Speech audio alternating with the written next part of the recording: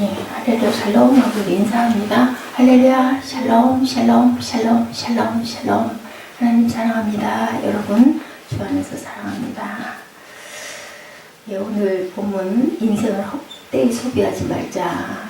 게으른 자와 미련한 자에 대한 말씀을 하고 계시죠. 우리 16절까지 오늘 함께 교독했습니다.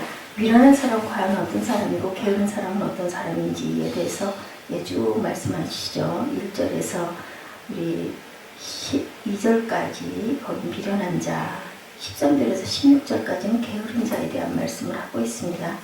미련한 사람 자신의 삶을 미련하게 헛되이 소비한다. 그렇죠. 미련 떠는 거 뭐 할 때 바르게 잘 알아서 해야 빨리 하는데 안 그러면 뭐 종일을 걸려도 며칠이 걸려도 해결이 안 될 때가 있습니다. 자신에게 주어지는 귀한 것들을 미련하여 의미 없이 사용하는 것, 낭비하는 겁니다. 미련한 자에게 영예를 주는 것은 돌을 물매에 매는 것과 같으니라. 물매에다 돌을 매면 그 물매의 그 구실을 할 수가 없죠. 돌을 던지는 기구인데 돌을 묶어버리면 물매도 돌도 아무 필요가 없이 나가질 않겠죠.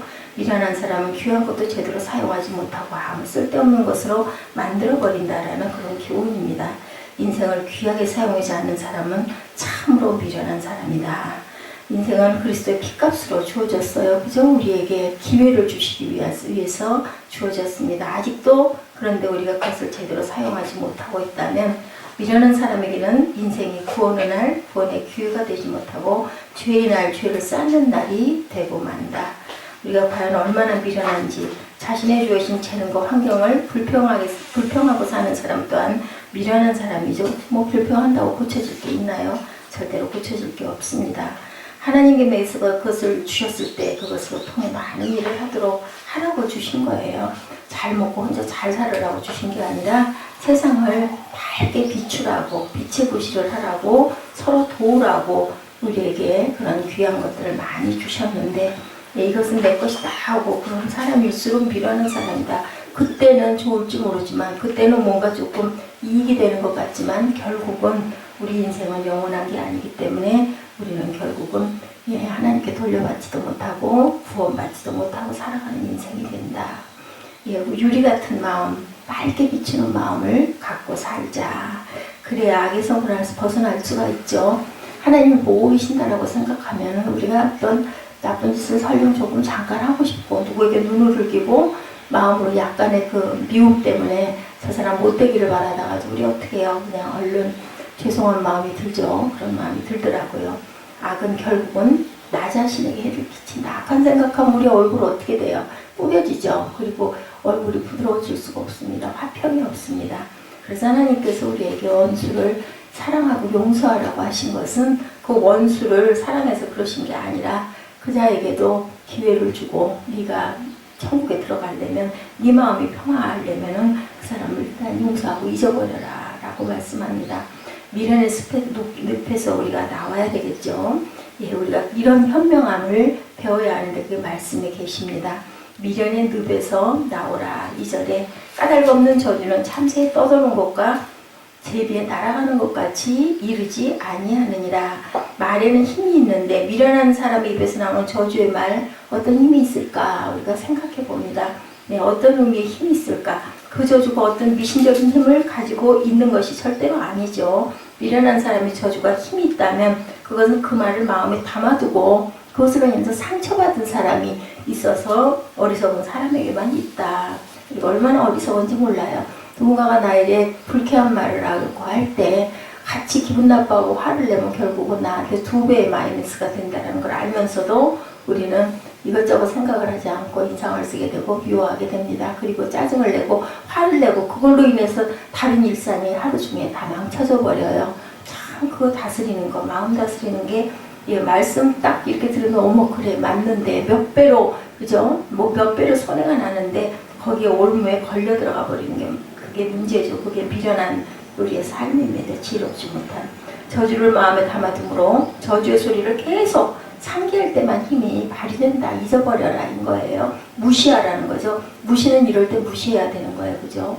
어리석은 자의 까닭 없는 저주는 무의미하다는 것을 아는 현명한 사람이라면 그냥 뭐 그러거나 말고 상대를 안 하는 거죠. 손바닥이 마주쳐야 소리가 난다라는 옛말이 있습니다. 절대로 그런 사람하고는 상대하지 말아라. 그냥 듣지 말아라. 귀를 닫아버려라. 이렇게 말씀합니다. 전혀 힘없는 말, 그죠? 절대로 그 저주에 내가 걸릴 이유가 없어. 나는 그렇지 않기 때문에 이렇게 아주 딱 단절을 시켜버릴 줄 알아야 된다. 정말 요즘에 말하듯이 그냥 아예 딱 왕딱, 예, 그죠? 그렇게 그냥 전혀 상관하지 말라는 거죠. 어리석은 사람들이 저주와 욕을 들을 때 그 말이 단지 그 사람의 입만 더럽혀진다. 그렇게 생각을 해야 되는 거죠. 아이고 불쌍해라. 자기 자신에게 죄 짓고 있네. 이렇게 딱 생각을 하라는 거죠. 우리는 어리석은 사람의 어리석은 말에 민감하게 절대로 반응하지 말자.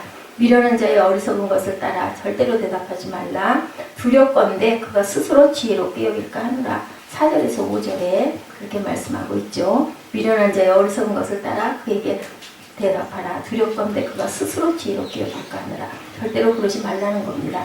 그보다 더 일반적으로 대응하지 않는 것, 어리석은 것을 일일이 대응하다가는 같이 어리석은 사람이 되기 때문에 나도 모르게 흙탕물이 침전된 병에서 맑은 물로 휘저어봤자 결국은 다시 흙탕물로 돼버리고 말죠. 미련한 자 편에 기별하는 것은 자기의 발을 베어버림이라 해를 받느니라. 6절에 같은 말도 미련한 사람이 말할 때는 다르게 전달된다. 그것처럼 미련한 자의 말은 지혜로운 사람의 말과 다르다.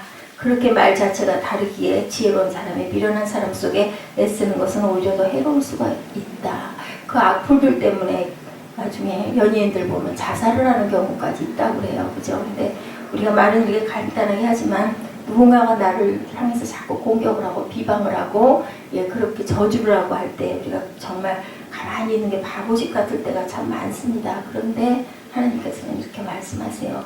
결국은 네가 올무에 걸리니까 네 인생을 망쳐지고 네가 낭비하는 삶을 살게 되니까 미련한 자와 가까이 하지도 말고 그 사람 말을 들은 채도 하지도 말고 같이 대꾸하지도 말고 대거리 하지 말라는 거죠. 미련한 자의 특징, 저는 자의 다리는 힘없이 달렸다. 미련한 자의 입에 장언도 그러하니라. 예, 우리 다리를 절 때 그 다리 있어봐야 아무 소용이 없어요. 힘이 없기 때문에 땅을 디딜 수가 없습니다. 7절 8절에 미련한 자에게 영예를 주는 것은 돌을 물매에 매는 것과 같으니라. 아까 초반에 얘기한 것처럼 물매는 멀리 날아가라고 만들어 놓은 건데 거기에다가 돌을 매달면 무거워서 날아갈 수가 없습니다. 아무 소용이 없는 거죠. 미련한 사람은 자기가 가지고 있는 것을 이렇게 낭비한다.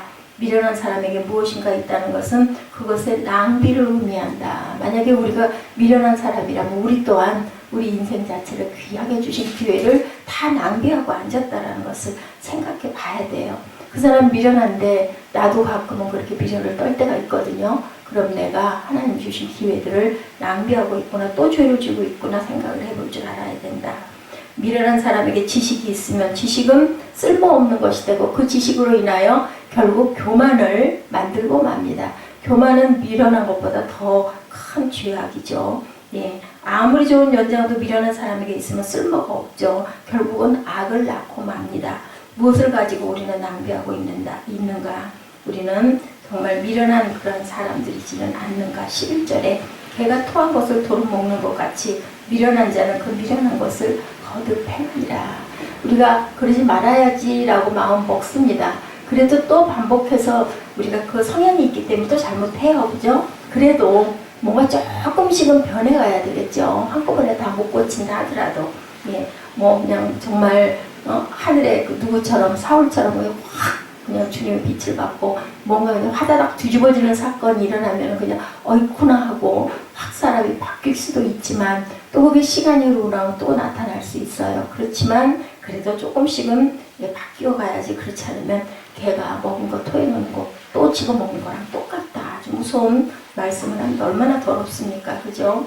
절대로 반복하지 말자. 조금씩이라도 고쳐가자. 미련한 사람은 마음만 먹을 뿐 뭐예요? 게으른 거예요. 결국은 게으름과 같이 맞물려 떨어집니다. 11절은 내가 스스로 지혜롭게 여기는 자를 보느냐? 그보다 미련한 자에게 오히려 바랄 것이 있느니라. 오히려 스스로 지혜롭다고 하는 사람은 미련한 사람 중에서 가장 으뜸이다.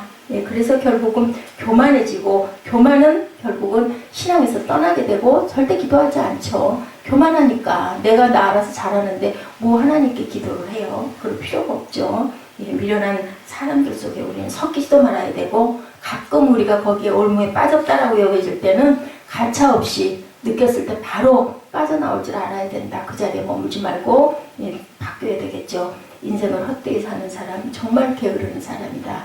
게으름은 미련을 낳는다. 게으른 사람은 핑계를 잘 대고, 게으른 사람은 일할 것을 찾는 게 아니라 어떻게든 해서 그걸 피해가려고 쉴 그 핑계를 댑니다. 우리 아이들 보면 그러죠.